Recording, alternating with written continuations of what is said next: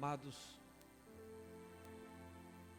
quero trazer uma palavra hoje à igreja, uma palavra preventiva, um alerta, um conselho, uma palavra de um pai, de um pastor, uma palavra de alguém que ama a igreja.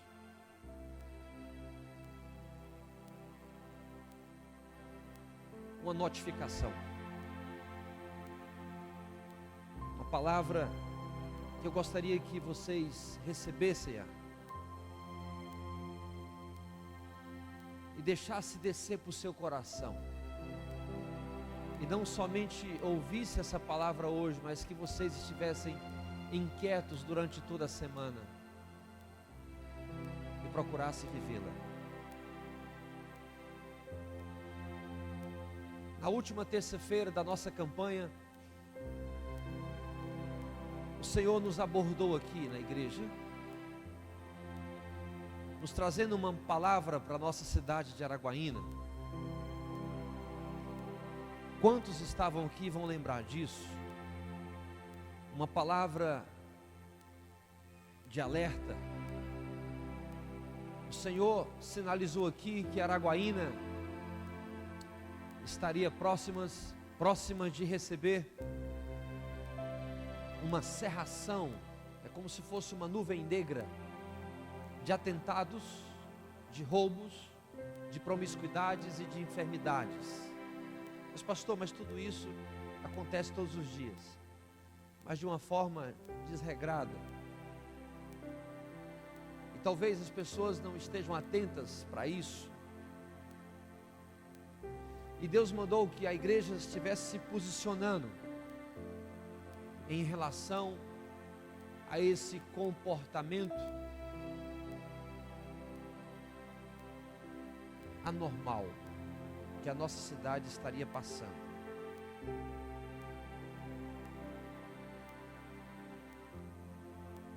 E eu estou aqui como ministro do Senhor, como pastor dessa comunidade,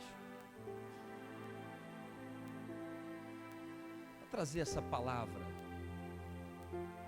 porque até onde eu entendo, eu fui ordenado pelo Senhor para estar à frente desse povo aqui, para cuidar da vida espiritual de cada um de vocês. Até porque, se você vai a um açougue, você vai para comprar carne. Se você vai a um restaurante, você vai para se alimentar. Se você vai a um salão de eventos, é para participar de um evento. Se você vai a uma farmácia, você vai para adquirir medicamentos. E se você vem à igreja, e eu vou falar o que é a igreja. Na realidade, a igreja não é simplesmente essas paredes que aqui estão, mas a igreja se perfaz esse aglomerado de pessoas que aqui estamos. Eu e você somos igreja. E quando a igreja se reúne, amados, é o lugar da celebração, é o lugar da comunhão. Em todos os lugares você deve celebrar e comungar e ser bênção. Mas aqui nós nos reunimos periodicamente, constantemente, para estarmos nos alimentando do manar de Deus, alimentando o nosso espírito. E é tão bom quando você chega inerte, quando você chega vazio, desanimado, triste, e sai robusto, alegre, realizado pela porção da palavra de Deus que foi liberada no seu coração. Isso é o que nos faz andar mais uma milha. Isso é o que nos faz a permanecer na fé. Isso é o que nos alegra. Então, estamos no local certo. Estamos na dimensão de Deus. Estamos no centro da vontade de Deus. E aqui estamos para ouvir essa palavra. Eu gostaria que vocês abrissem as vossas Bíblias na primeira carta de João, capítulo 2, de 15 a 17. Eu quero de uma forma toda especial agradecer as pessoas que aqui vieram, que saíram de seus lares em função do feriado. Muitos viajaram, muitos estão passeando, trabalhando, razão porque temos hoje uma evasão muito de pessoas aqui hoje. Mas o importante é que você está aqui, e que se houvesse apenas você aqui hoje, Deus continuaria aqui, e a sua palavra continuaria sendo o centro da sua vontade. Portanto, meus amados e minhas amadas, deixe essa unção penetrar no teu coração e fazer diferença no seu viver. Primeira carta de João, capítulo 2, de 15 a 17. A você que nos visita, nosso convidado, sinta-se à vontade no nosso meio. Diz assim a palavra, de 15 a 17: não ameis o mundo, nem as coisas que há no mundo. Se alguém amar o mundo, o amor do Pai não está nele. É forte isso. Porque tudo que há no mundo, a concupiscência, que palavra estranha é essa? É desejo da carne. O desejo da carne, a concupiscência dos olhos, ou seja, a vontade dos olhos, e a soberba da vida, não procede do Pai, mas do mundo.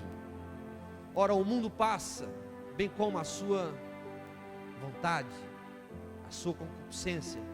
Aquele, porém, que faz a vontade de Deus, permanece para sempre. Amém, amado?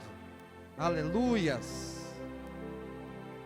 Baseado nisso, queridos, é que Deus nos orientou para que estivéssemos instruindo a igreja nesses dias. Deus disse: alerte o meu povo, porque vai vir milagres, vai vir bastanças, vai vir coisas boas, mas permaneçam na minha brecha, porque está vindo uma onda de roubo.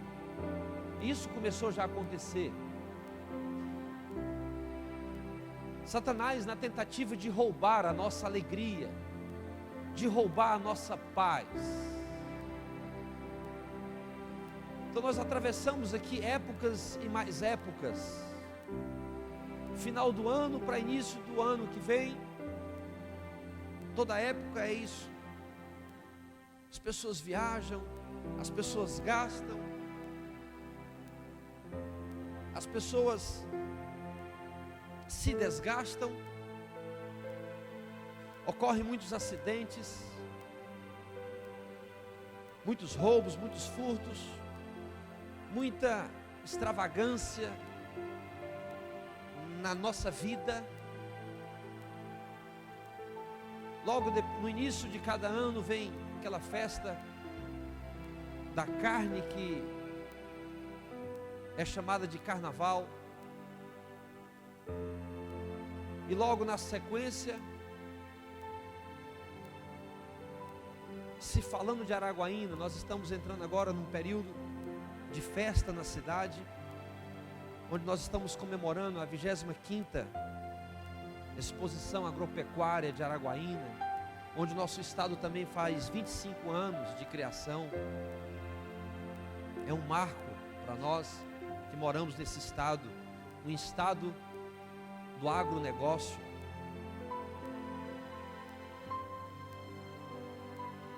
E o ano se discorre dessa forma, e não falta eventos, não falta oportunidades para que a cidade venha a ser roubada.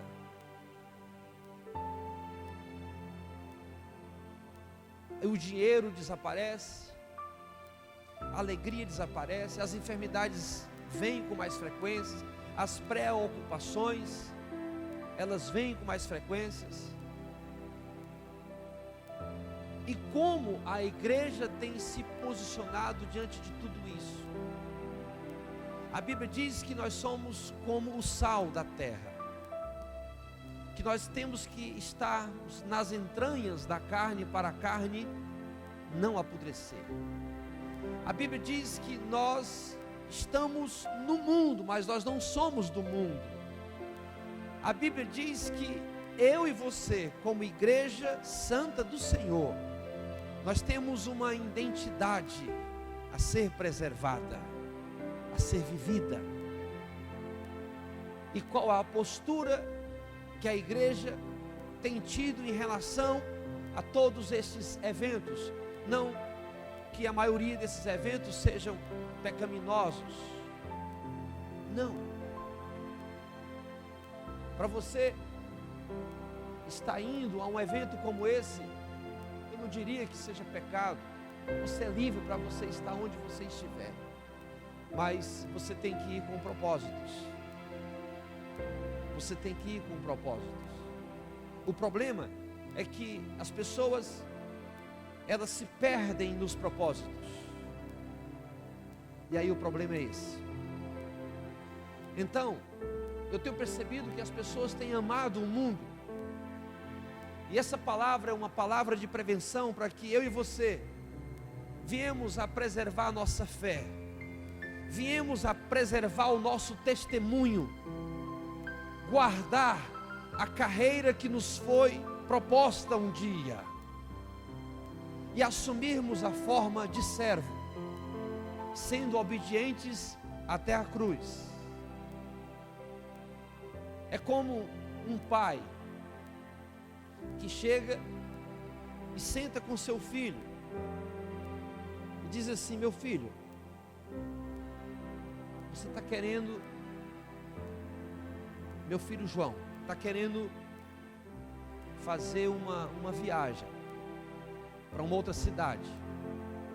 Eu digo para ele: meu filho, tudo bem, papai prometeu essa viagem, você já está na idade, você vai, mas com quem que você vai? De que forma você vai?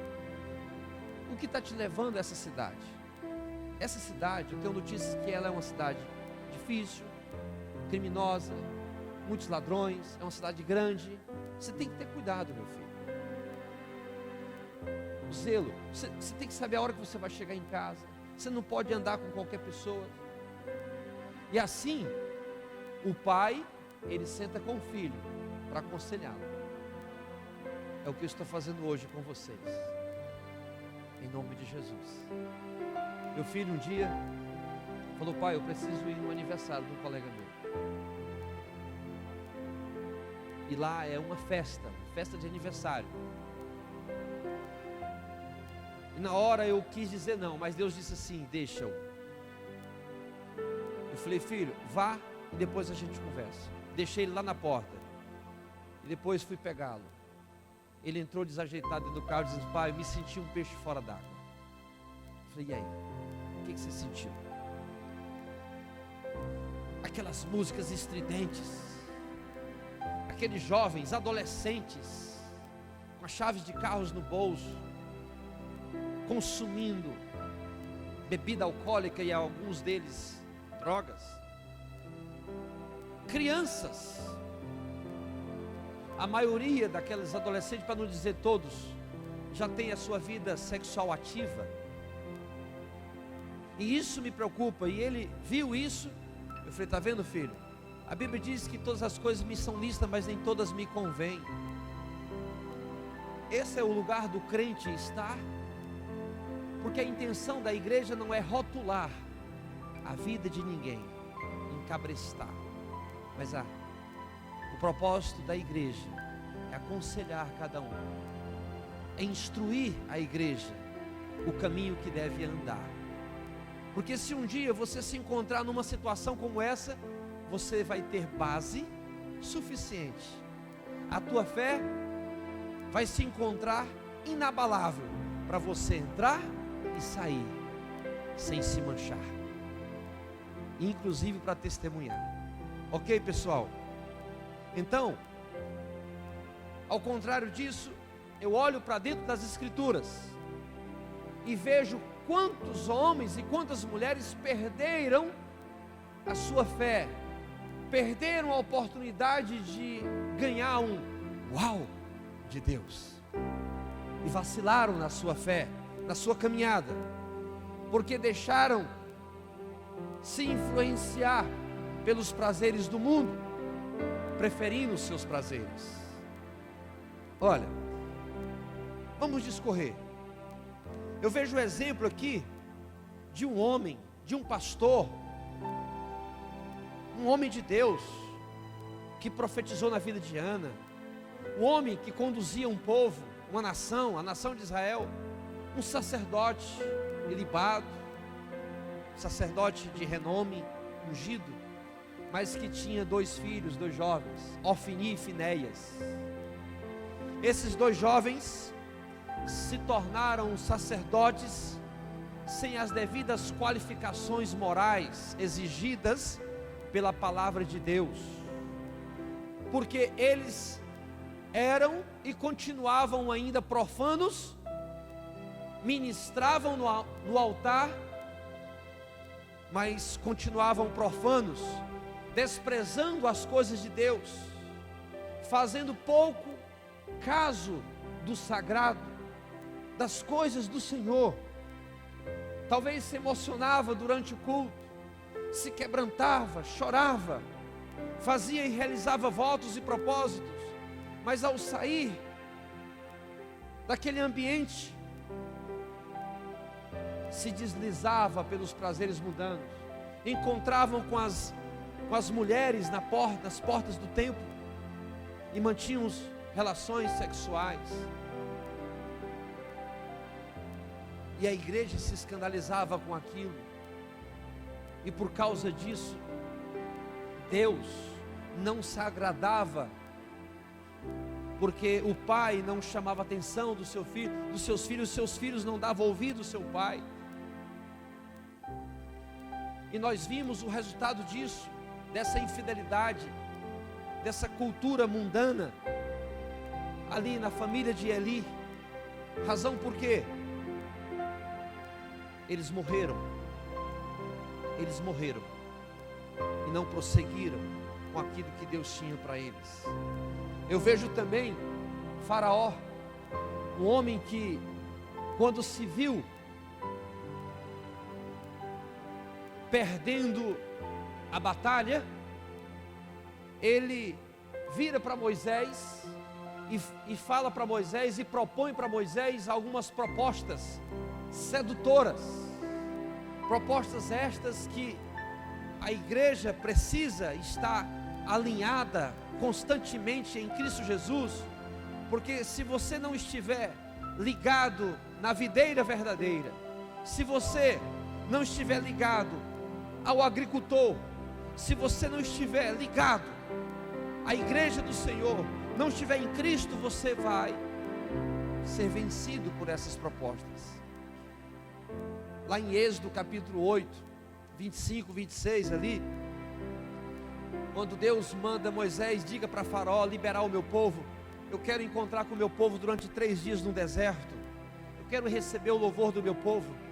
Moisés chega para Faraó, e aí Faraó vem com a primeira proposta para Moisés, dizendo o seguinte: Moisés, adore a Deus, o teu Deus, aqui mesmo no Egito. Que coisa estranha, não tem nada não, adore aí mesmo. Queridos, eu quero dizer uma coisa para vocês: o Egito é um símbolo do mundo, é um símbolo de um sistema opressor. Permanecer no Egito é estar debaixo do jogo de pecado. Adorar a Deus no Egito, queridos e queridas, é tentar ser amigo de Deus e do mundo ao mesmo tempo. Você entende o que é isso? É você conseguir levantar as tuas mãos, adorar a Deus e ao mesmo tempo estar lá fora mentindo, levando uma vida terrível quanto ao teu testemunho é pleitear uma vida dupla, é viver sem integridade, é ter apenas uma religião, um lugar para onde você vai do domingo à noite, e tem mais, sem compromisso, sem sinceridade e sem santidade. Aceitar essa proposta é cair nas teias do engano. Faraó representa Satanás, e todos os dias Satanás propõe isso a cada um de nós. Deus busca adoradores, igreja amada, que o adorem em espírito e em verdade. Deus não aceita o nosso culto sem provar antes a nossa vida. Ele jamais vai aceitar o culto de alguém sem aceitar a sua vida. Moisés sabiamente rejeitou aquela proposta, assim como eu torço, assim como eu desejo que você rejeite as propostas sedutoras que Faraó vai fazer para você a partir de hoje. Se posicione. Na sequência, Faraó insistiu: Moisés, tudo bem, você não aceitou, você quer sair, mas não vá muito longe não, fique próximo, seja amigo, e ore por mim também, fique próximo de mim, eu quero ser seu amigo. Queridos e queridas, a segunda cartada de Faraó foi o seguinte: propôs uma amizade, propôs um relacionamento amistoso entre o Egito e Israel. Isso é perigoso. Dizendo o seguinte: não vai ter problema nenhum, não tem diferença alguma entre o Egito e o povo de Deus, Moisés. Fica tranquilo, vamos causar diferença não. E hoje você olha para a igreja muitas vezes e você não vê diferença do mundo. A ideia que Faraó estava dizendo para Moisés é que: Moisés, diga para o povo amar o mundo, ser amiga do mundo.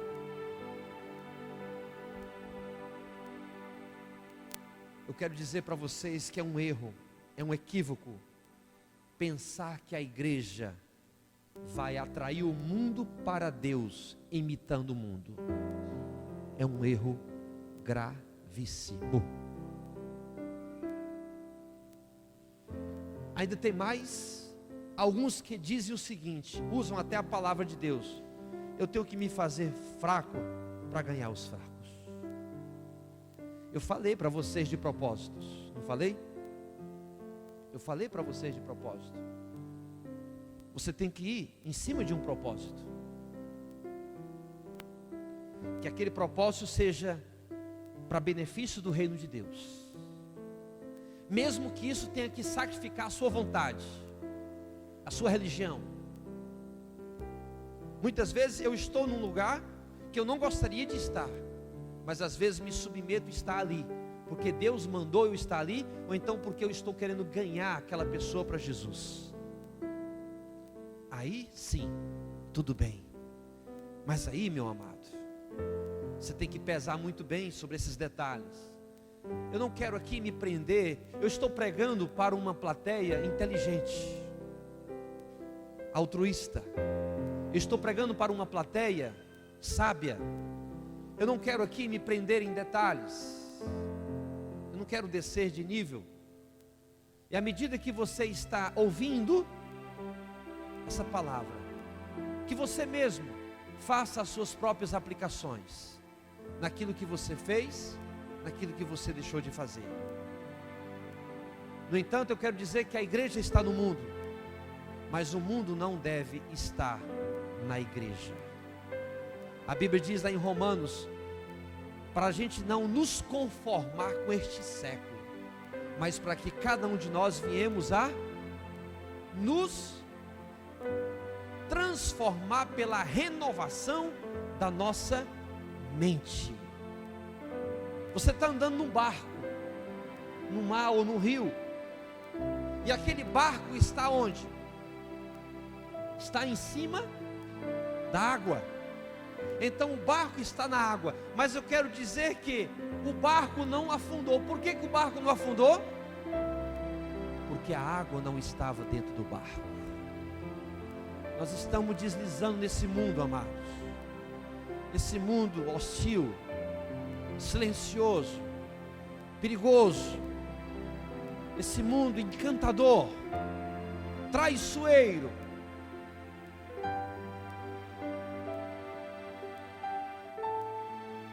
Mas nós devemos ter o cuidado para que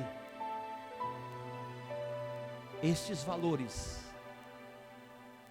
deste mundo não passe para dentro desse barco. O barco deve estar sendo conduzido por um capitão. Esse capitão chama-se Jesus Cristo de Nazaré. Eu, como tripulante, tenho que estar a posto, disponível. Pois não, Senhor, o que o Senhor quer que eu faça? Apenas estenda as mãos para você pegar outros que estão morrendo afogados e coloque eles aqui, vamos cuidar deles. É assim que deve ser o papel da igreja, amados. É assim que tem que ser, queridos. Mais uma vez, Moisés não cedeu à pressão de Faraó. Faraó, eu não vou aceitar. Eu quero ir para onde Deus nos mandou, para o deserto, adorá-lo. Aí Faraó, por último, disse assim: tudo bem, Moisés, vá embora. Mas quem é que você vai levar? Aí eu vou levar as crianças, os jovens, as mulheres, tudo, o rebanho. Não, Moisés, vá somente com os adultos. Deixe os jovens aqui. Êxodo capítulo 10, verso 11. Deixe eles aqui comigo. Não é bom que eles, o sol está quente, vão passar fome. Não é bom que eles vá. Olha só a estratégia de Satanás. Jovens, preste atenção nisso. Preste atenção. Faraó tentou mais uma vez prevalecer com a proposta tentadora. Queria que os jovens ficassem aonde? No Egito. Muitos jovens não querem participar das programações da juventude. Essa juventude que parece ser careta. Essa juventude que se veste diferente. Essa juventude que fala do amor de Deus. Não, eles preferem, a maioria deles, estarem aonde? No Egito. Com as vestimentas diferentes, com o palavreado diferente.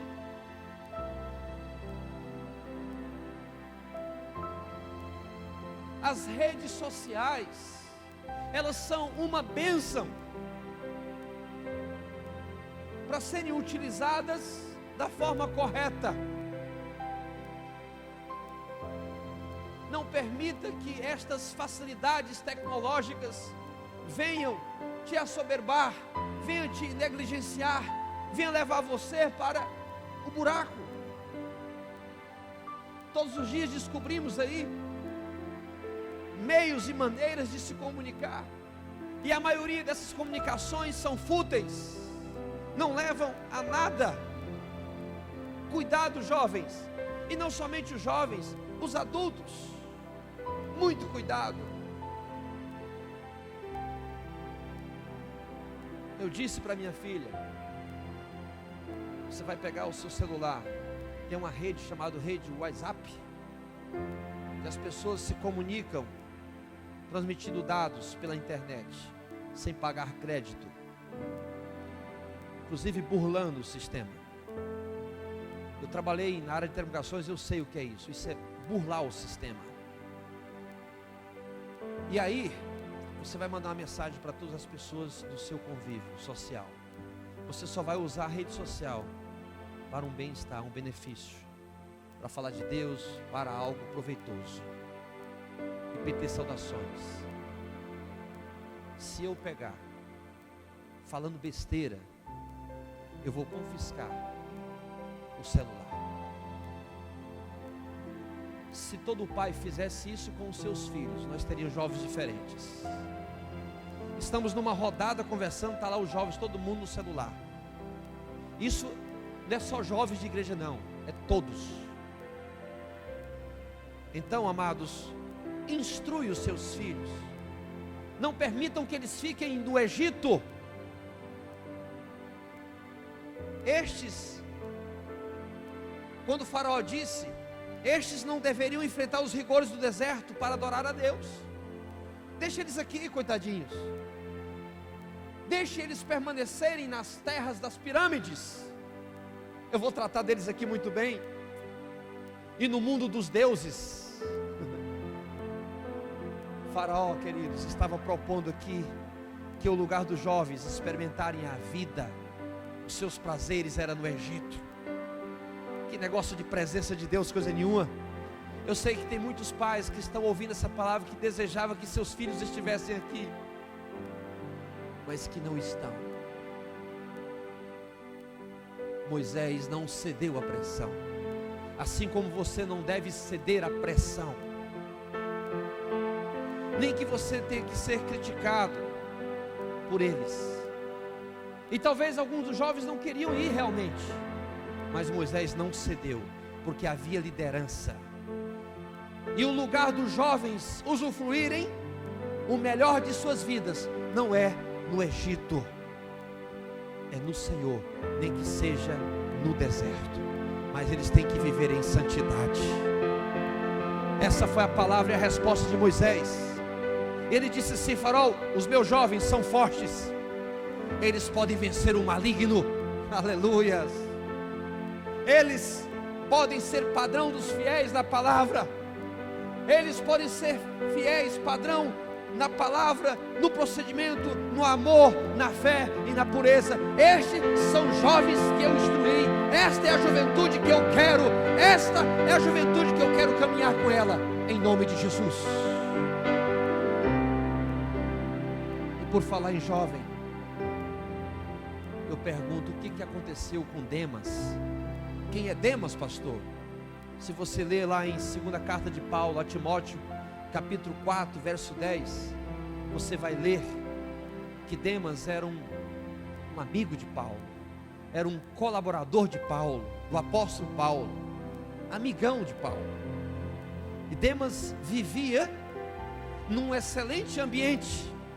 No verso 24 de Filemon e no verso 14 do capítulo 4 de Colossenses, eu vou ler.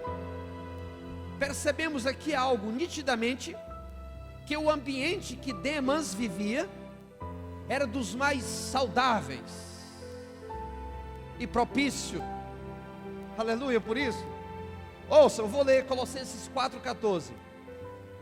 Saudai-vos, Lucas, o médico amado, e também Demas.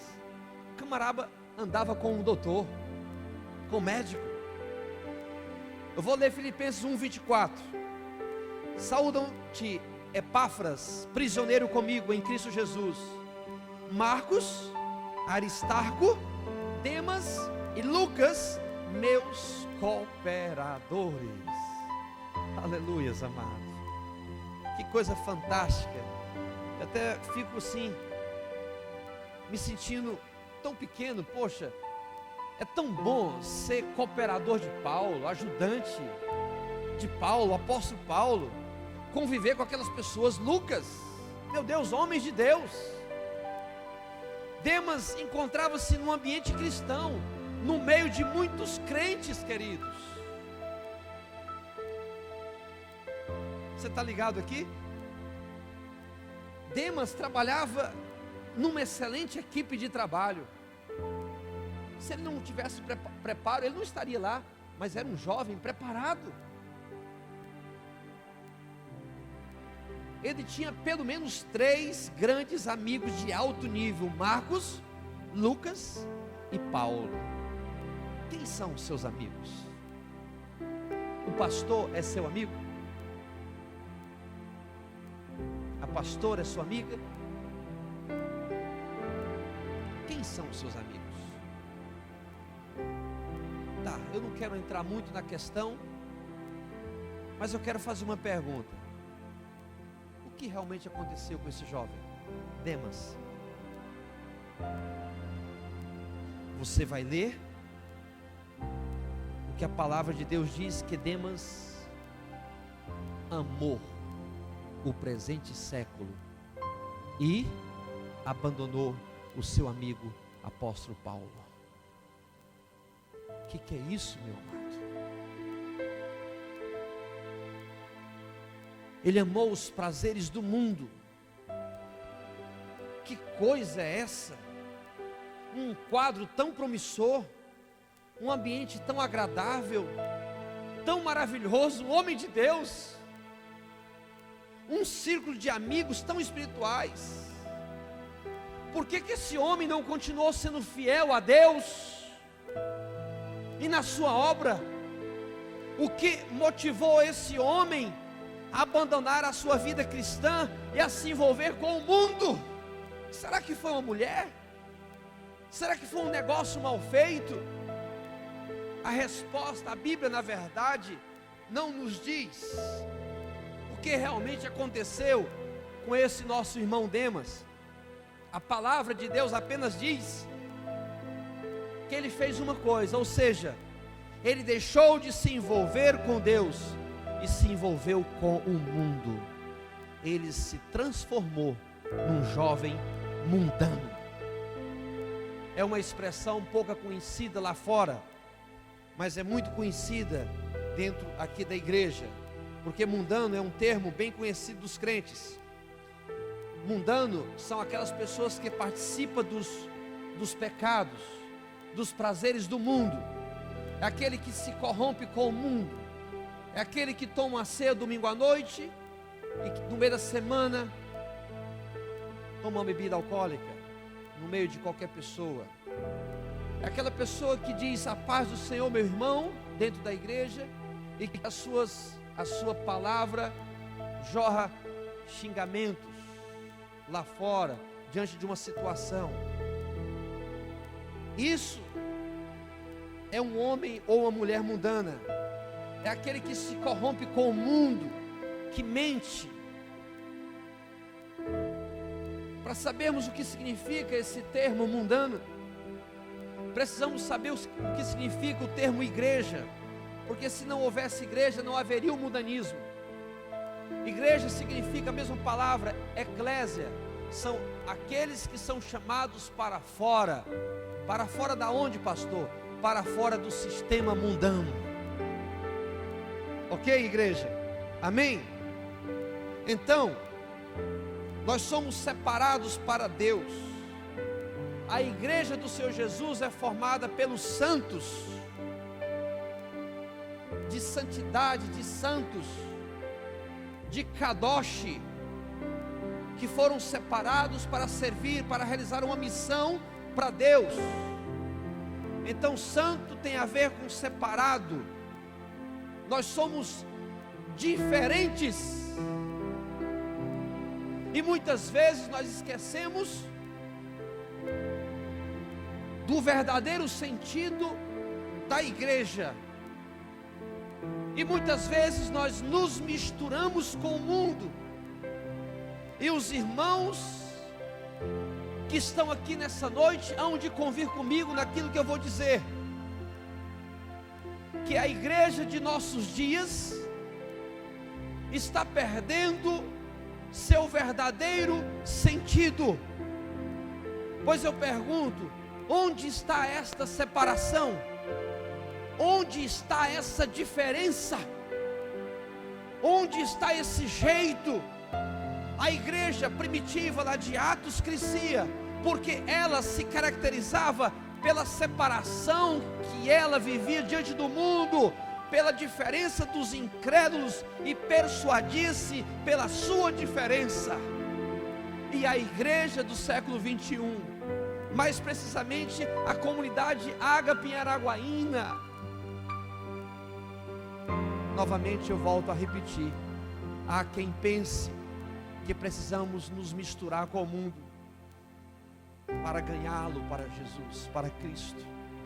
Repito, essa filosofia é diabólica. É diabólica. Jamais ganharemos o mundo nos tornando parecidos com Ele. Não podemos nos esquecer que eu e você somos filhos do Deus Altíssimo. Nós somos separados por Deus. Se alguém te oferecer algo mundano, não receba. Testemunhe. dizendo: não porque a minha religião não permite, mas é porque eu tenho um propósito com Deus. E você vai aproveitar para você testemunhar. Seja radical. Não podemos fazer as mesmas coisas que fazem os filhos do mundo, do diabo. As nossas palavras têm de ser palavras diferentes. As nossas vestes têm que ser vestes diferentes. Amados, o nosso caráter tem que ser diferente. É isso que eu quero anunciar à igreja do Deus vivo hoje à noite.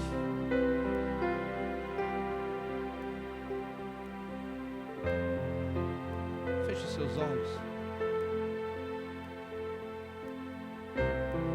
e pense de que forma você está andando, o que você está conversando, o que você está fazendo, como você está se vestindo, o que você está falando. Diga-me.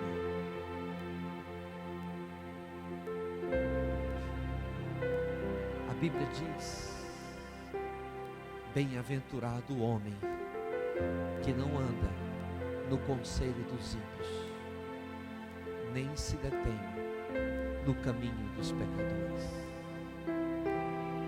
Antes o seu prazer, o meu prazer está na lei do Senhor, na palavra do Senhor, e nela nós meditamos dia e noite. E a Bíblia diz que esse crente, esse homem e essa mulher, ele é como uma árvore plantada junto ao ribeiro das águas.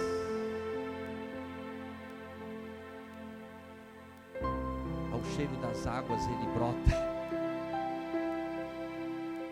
Nada vence esse crente. Ao cheiro das águas renasce. A sua folhagem não murcha. Ele dá frutos. E a Bíblia diz que tudo que ele faz prospera.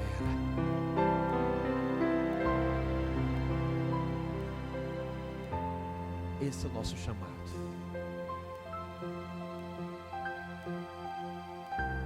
Você sendo assim, você pode ir em qualquer lugar, que você será respeitado, que você será diferente. Aleluias. Em Gênesis capítulo 13, volte aqui para mim, por gentileza. Eu quero fechar com esse último exemplo, para a gente orar. Do verso 10 ao verso 13, fala da história de um homem chamado Ló. Ló teve grandes prejuízos ao deixar ser levado pelo mundo. O mundo nos oferece coisas boas, entre aspas, mas depois que ele oferece, ele cobra cada um de nós lá na frente. Portanto, tudo tem um preço. Tudo se tem um preço, amado. Ló, ele perdeu a sua felicidade. Você sabe o que é felicidade, amado? Alguém está feliz aqui? Levante a sua mão. Amém? Glória a Deus. A Bíblia diz que bem-aventurado o homem que teme ao Senhor e anda nos seus caminhos, que feliz será. Salmo 128. Não é verdade? Agora, você já se encontrou infeliz alguma vez? É dolorido, né? É ruim, não é verdade? Você se sente só, abatido? Pelo que aprendemos aqui na Bíblia, Ló era um tipo de um homem mundano, ambicioso. Ele era independente do tio, tinha seus próprios rebanhos e servos. E ele começou uma contenda, começou a brigar com seu tio, com os pastores, os empregados do seu tio, e chegou até Abraão. E Abraão era um tipo homem manso, o qual chamou o sobrinho e disse assim: olha, meu querido, eu não quero brigar, não quero confusão. Faz o seguinte, existe uma terra grande aqui, ó, para lá e para cá. Decide aonde você quiser ir. Se você optar para a direita, eu vou para a esquerda. Vamos nos separar. E Ló escolheu as campinas do Jordão. Não é bobo? Aquelas campinas do Jordão eram regadas de muitos riachos e de uma fertilidade assombrosa. E Ló teve aqui a oportunidade para prosperar, mas a sua escolha, a sua ganância o envolveu e converteu-se em maldição aquela escolha. E uma vez ele foi levado cativo, foi levado preso por aqueles reis lá de Sodoma, e depois uma outra vez ele teve que correr para se salvar. E isso graças à intercessão do seu tio, mesmo longe, orava por ele. E o pobre Ló aqui foi enganado pelo que ele via, pelas suas vistas. Ele mudava constantemente de lugar, até quando um dia ele chegou aonde? Sodoma. Ali ele estabeleceu a sua casa, chegou a ser conhecido como um homem notável, era reconhecido, e ali ele se estabeleceu. E na experiência de Ló, encontramos aqui uma grande ilustração do preço que o mundo cobra, que o crente tem que pagar quando se afasta de Deus, quando decide seguir os prazeres do mundo, os prazeres da carne.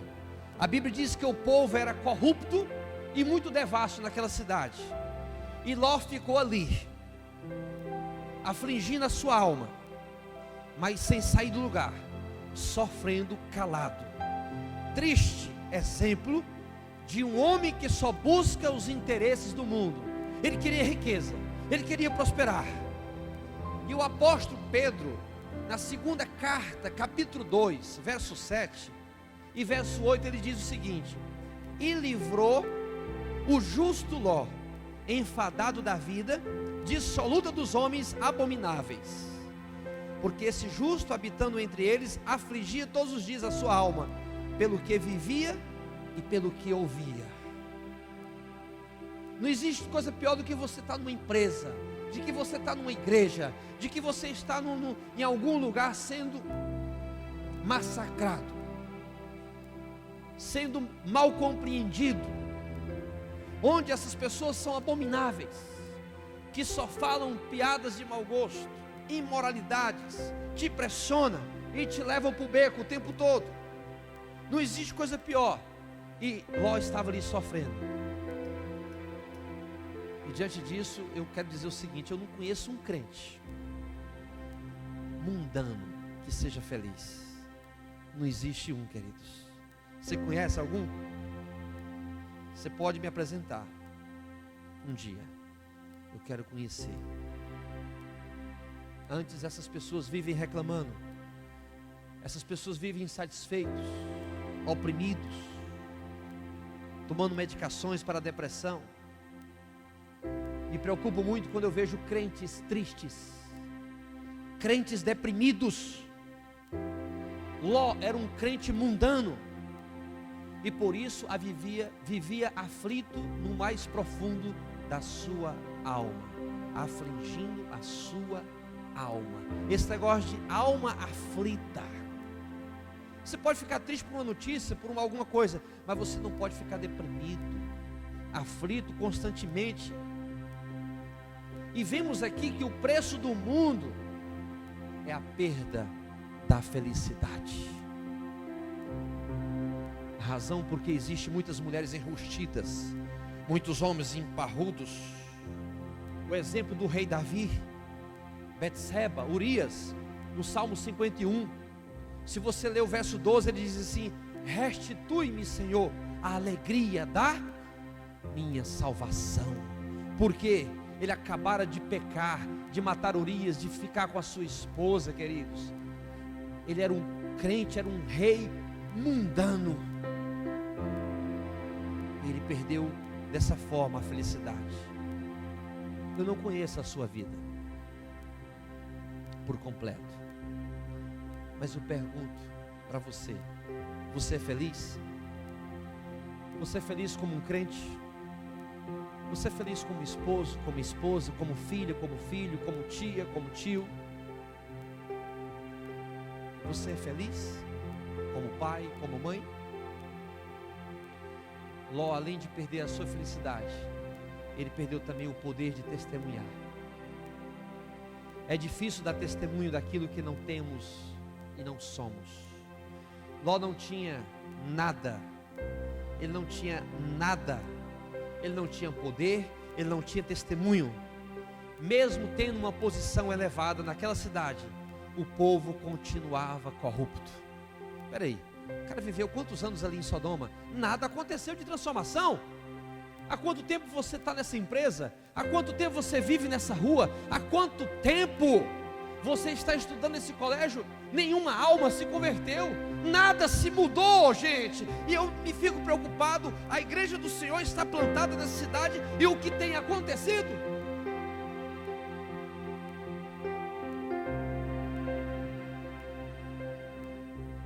Nós temos que influenciar as pessoas. Mas Ló foi influenciado, e Deus só livrou ele por causa da intercessão do seu tio. Deus enviou 2 anjos para tirar Ló de lá, mas ele estava cego, ele não percebeu que eram os anjos que vinham da parte de Deus. O crente mundano, ele não vê as coisas de Deus. O crente mundano, ele não consegue ter a percepção, como Balaão. A jumenta via, mas Balaão não via. A jumenta via e desviava, mas Balaão não conseguia ver. O crente mundano não tem o poder do testemunho. Como é que ele vai testemunhar se ele não está vendo? Se ele não está discernindo? Se ele não tem experiências sobrenaturais com Deus? Não influencia as pessoas com quem vive? Não ganha almas para Jesus? Fomos chamados para assinar uma escritura ali no cartório. Ao chegarmos, ao sentar naquela cadeira, aquela mulher disse assim: olha, pastor, já me conhecia, eu não conhecia, pastor, eu estou passando por um problema sério. E ela foi narrar o problema que ela estava passando. Logo minha esposa chegou, nós fomos aconselhar aquela senhora. Queridos, nós temos que influenciar as pessoas, nós temos que conquistar o mundo. Então nós temos que testemunhar onde nós estamos. Por exemplo, Sansão, a vida daquele homem era conhecida de todos. Muitos creram em Deus por causa de Sansão. O povo sabia que o Espírito do Senhor estava sobre ele, queridos. Mas quando ele começou a pecar, quando ele casou-se com uma mulher incrédula, preste atenção, Sansão casou com uma mulher incrédula, uma mulher do mundo. O Espírito do Senhor retirou-se de Sansão. É muito sério isso. Eu não consigo discernir isso, eu não consigo ver isso, mas o Senhor sabe. Se nós temos aqui hoje 150 pessoas, o Senhor sabe quantas pessoas têm o seu Espírito e quantas não têm. E as que não têm, por que não têm? Sansão perdeu a sua força, os seus olhos foram vazados, e o povo zombava, dizendo assim: onde está o teu Deus, Sansãozinho? Onde está o teu Deus? Está vendo aí? Veja o perigo do casamento com o incrédulo. Que escândalo para a obra de Deus. Que escândalo. Assim acontece com os crentes mundanos. São escândalos para o Evangelho. A quantidade de pessoas que deixaram de vir congregar às vezes nessa igreja por conta de crentes mundanos. A quantidade de pessoas que não está correto, mas a quantidade de pessoas que deixam de frequentar cultos, igrejas, por questões de mau testemunho. O seu testemunho, ele perde o poder. As pessoas zombam de você. As pessoas zombam de Deus por causa do mau testemunho, daquilo que você está vivendo, daquilo que você está testemunhando. Que Deus é esse? Uma vez eu estava diante de de uma roda de homens, e ali um daqueles homens dizia o seguinte, chorando: minha mulher, eu encontrei minha mulher na cama com outro homem. E todos aqueles homens diziam assim: você vai pagar na mesma moeda, você vai pagar na mesma moeda. E eu estava chegando naquela hora e ouvi aquela conversa, levantei as minhas mãos e disse assim: não, Senhor, você não vai fazer isso. A Bíblia diz que nós devemos perdoar. Quase que me bateram ali, me expulsaram da roda. Aí depois o rapaz, o chifrudo, foi me procurar: pastor, como é que é esse negócio de perdoar? Eu falei: você ama a sua esposa? Amo. Então perdoe ela, porque Cristo perdoou a sua igreja. Ele perdoou e hoje eles estão casados até hoje. Mas que testemunho, que Deus é esse que eu sirvo? É fácil ser crente aqui dentro. Eu tenho que testemunhar lá fora, amados. Quanto mais a igreja se mistura com o mundo, mais ela perde o seu poder, mais ela perde a sua vocação, mais ela perde a sua essência. Por último, Ló perdeu não somente a sua felicidade, não somente a oportunidade de testemunhar o poder, mas ele perdeu a sua família. Quantos aqui querem perder os seus filhos, a sua esposa? Ninguém, não é? Ló constituiu uma família lá em Sodoma, 2 filhas. O anjo perguntou: você tem mais alguém aqui, meu filho? Tira-o. Vamos sair desse lugar rápido. Vamos lá. E Ló não tirou. Pela manhã, os anjos novamente disseram. E os anjos não quiseram dormir na casa de Ló, porque ele era mundano, preferiram dormir na praça. E falou assim de manhã: escuta, meu filho, você não tirou ainda as pessoas daqui? Toma tua mulher e teus filhos, sai daqui depressa. Gênesis 19:16. Ele, porém, diz a palavra, demorava-se. E aqueles anjos lhe pegaram pela mão, aqui, e tirando todos, os puseram fora da cidade e disseram: escapa-te por tua vida e não olhes para trás. Meu filho, sai rápido daqui. Ele ali, lerdo, não sabendo, o anjo catou pelo braço dele: bora, rapaz, tu tem que sair daqui rápido, suma daqui, mas não olhe para trás, não olhe para o Egito, não olhe para o mundo. E a mulherzona dele olhou, se transformou em quê? Numa estátua de sal. O primeiro vento que veio, ela se foi, virou tempero, amados. E agora, Ló perdeu a sua mulher. Aquela chance agora de ter relações sexuais não tinha mais. De dar um cheiro no cangote da esposa não tinha mais. De ouvir a mulher brigando não tinha mais. E agora, aquele momento de passar a perna à noite assim, não tinha mais. Se foi a mulher, só ficou ele com as 2 filhas. E a fazenda? E os rebanhos? Ficaram, sumiram, foi-se. Por quê? Diz a palavra, demorava-se. Foi a cobiça que o levou para lá. E pela cobiça ele perdeu tudo. Quando ele escolheu as campinas do Jordão, ele foi cobiçado. O amor ao pecado o fazia demorar. O camarada tem um amante, e o camarada, não, hoje eu vou me livrar disso, mas não consegue. O camarada, ele é infiel. Não, hoje eu vou ser fiel, mês que vem eu vou ser fiel, mas não consegue. O amor ao pecado faz a gente demorar. O pecado leva a outro pecado.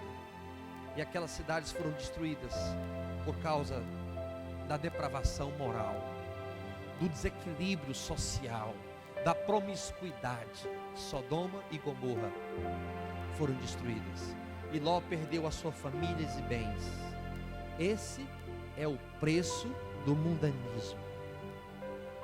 Os irmãos estão percebendo o quanto o mundo é sagaz e nos engana. Os irmãos estão percebendo? No início era campina verde, folhagem verde, riachos, linda paisagem.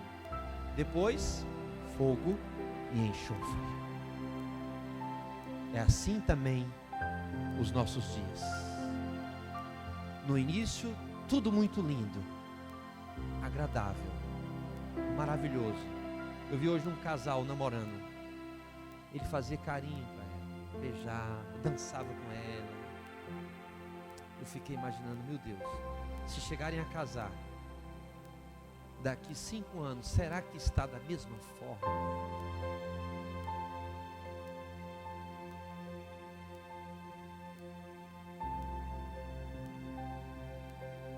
Tudo lindo, agradável. Aí depois destruição, depois desespero, depois morte. Quantos um dia encheram os seus olhos com o mundo? Ele não está satisfeito com a empresa que Deus deu, ele quer mais. Ele quer mais. Ele está vendo um irmão ali prosperando em outra dimensão, ele quer alcançar aquele irmão, ele quer mais. Quantos encheram os seus olhos pelo mundo e que hoje estão na miséria, estão morrendo? Eu quero encerrar por aqui, repetindo o verso do início: não ameis o mundo, nem as coisas que há no mundo. Se alguém amar o mundo, o amor do Pai não está nele. Porque tudo que há no mundo, a concupiscência da carne, a concupiscência dos olhos e a soberba da vida, não procede do Pai, mas do mundo. Ora, o mundo passa, bem como a sua vontade. Aquele, porém, que faz a vontade de Deus, permanece para sempre. Aleluias. Essa mesma palavra de terça-feira, na última campanha, Deus disse sim. Depois dele narrar o que estava acontecendo, ele terminou dizendo: vem milagres grandes por aí, vem coisas profundas da parte de Deus, vem mover de Deus, vem o sobrenatural de Deus. E para aqueles que permanecem fiéis, vai viver esse sobrenatural. Aleluia. Deus vai fazer coisas inusitadas, espetaculares, sinais e maravilhas. O que Deus tem para você, igreja, é algo grande, é muito além daquilo que você possa imaginar. Você não pode nem calcular, você não pode medir, amado. Você não vai sair daqui humilhado, você não vai sair daqui coitadinho. O mundo não vai te humilhar, o mundo mesmo que te humilhe, mas você será exaltado. Você não vai sair daqui coitadinho, vocês irão sair daqui depurados, ensinados, alicerçados, consolidados, alimentados pela palavra do Senhor, para receber a promessa de Deus que virá sobre a sua vida. E aquele que promete nunca falha, ele cumpre. Você está pronto para receber essa promessa? Fique de pé, por favor, no nome de Jesus.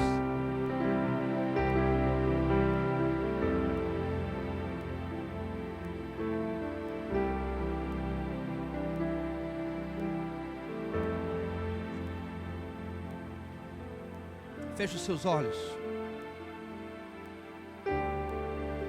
A promessa de Deus está na primeira carta de João, capítulo 2, verso 17. Ele diz o seguinte: e o mundo passa, e a sua concupiscência também passa, mas aquele que faz a vontade de Deus permanece para sempre. Eu quero abençoar a todos que estão aqui. Você, papai, sabe medir as dimensões que o seu filho está vivendo, onde ele esteve, o que ele está fazendo. Você, mamãe, também. Vocês sabem o que vocês estão fazendo e vivendo. O que você fez. Diga assim comigo: Repita comigo.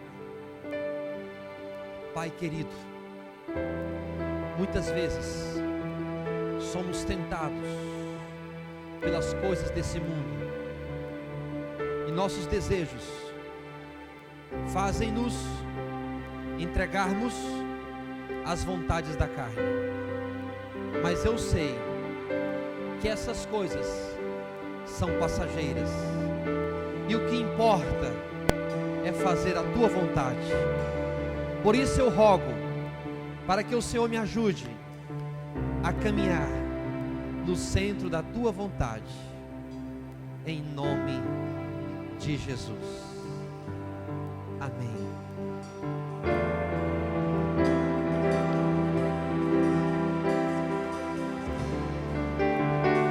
Unam os corredores, deem as suas mãos. Se você quiser abraçar, abrace.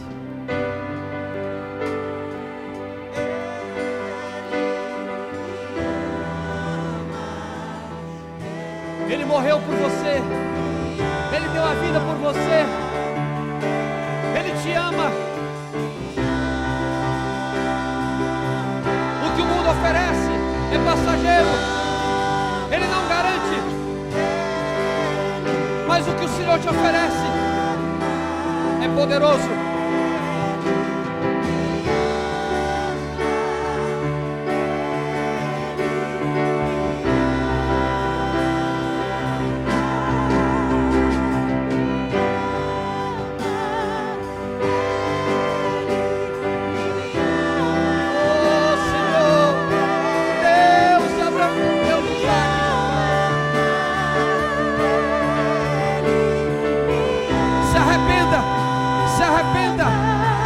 Ore ao Pai, ao Filho e ao Espírito Santo.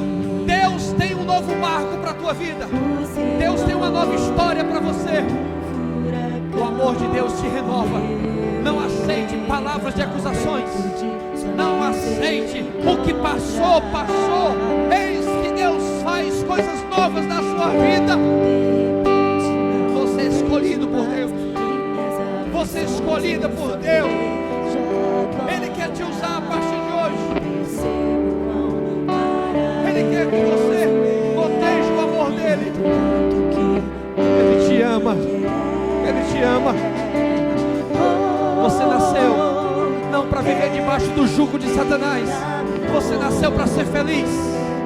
E eu venho nessa noite te dar esse conselho. Não ames o mundo e nem as coisas que há nele. Mas eu quero te dizer, ame a Deus e as coisas do Senhor, o reino de Deus, e as outras coisas que serão acrescentadas.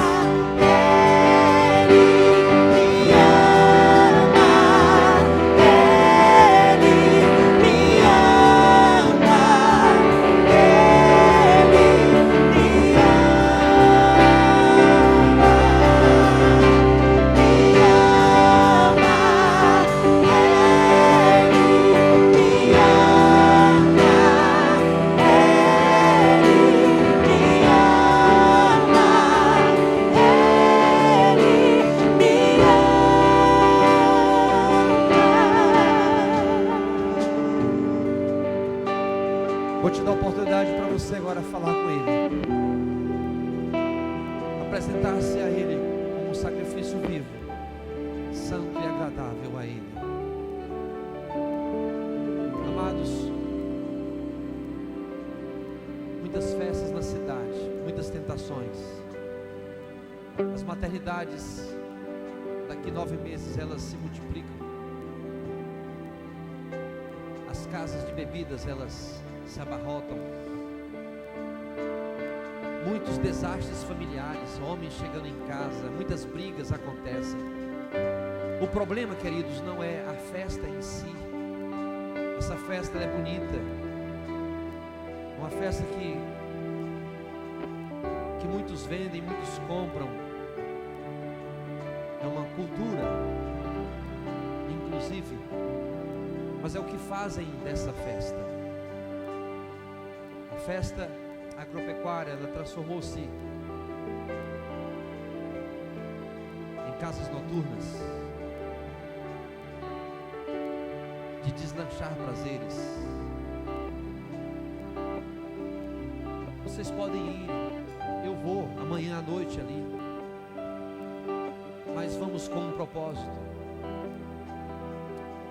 de testemunhar a nossa vida para aqueles que necessitam. Depois vai vir as praias, mês de junho, julho. Cuidado, amados, para não se seduzirem, não se perderem. Ao viajarem, liguem para mim, quero estar cobrindo vocês em oração.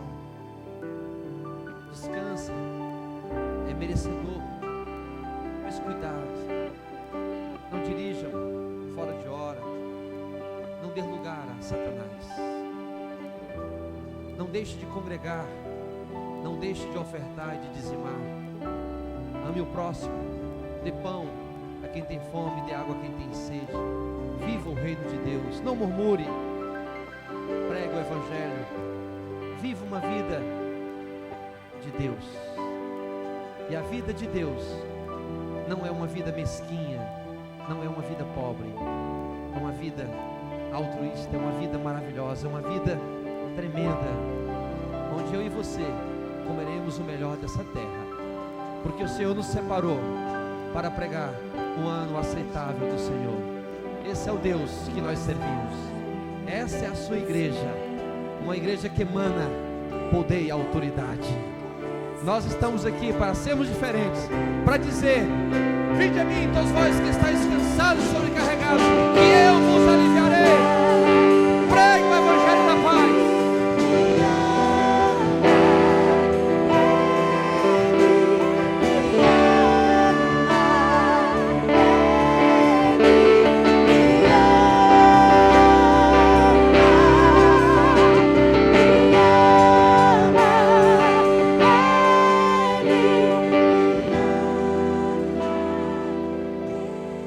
Abençoar o teu povo, Pai, no nome de Jesus.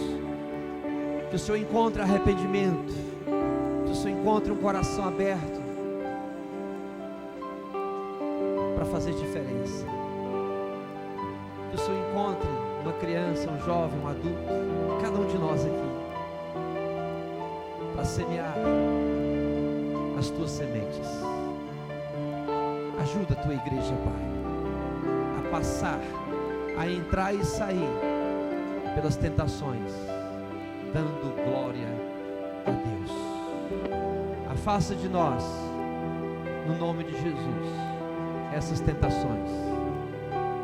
E queremos que o Senhor esteja abençoando cada um dos teus filhos e filhas aqui, no nome de Jesus.